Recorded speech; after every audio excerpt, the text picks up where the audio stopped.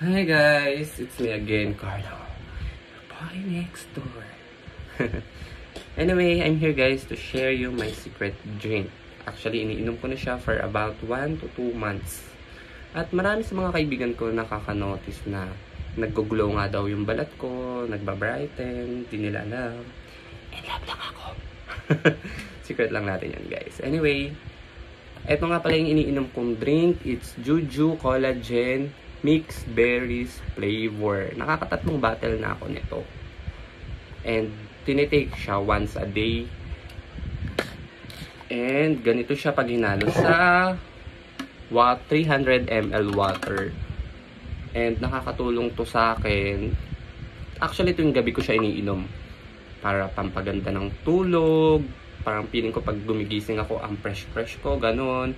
And you know, ang sarap niya talaga. Masarap siya. Lasang berries. Yeah.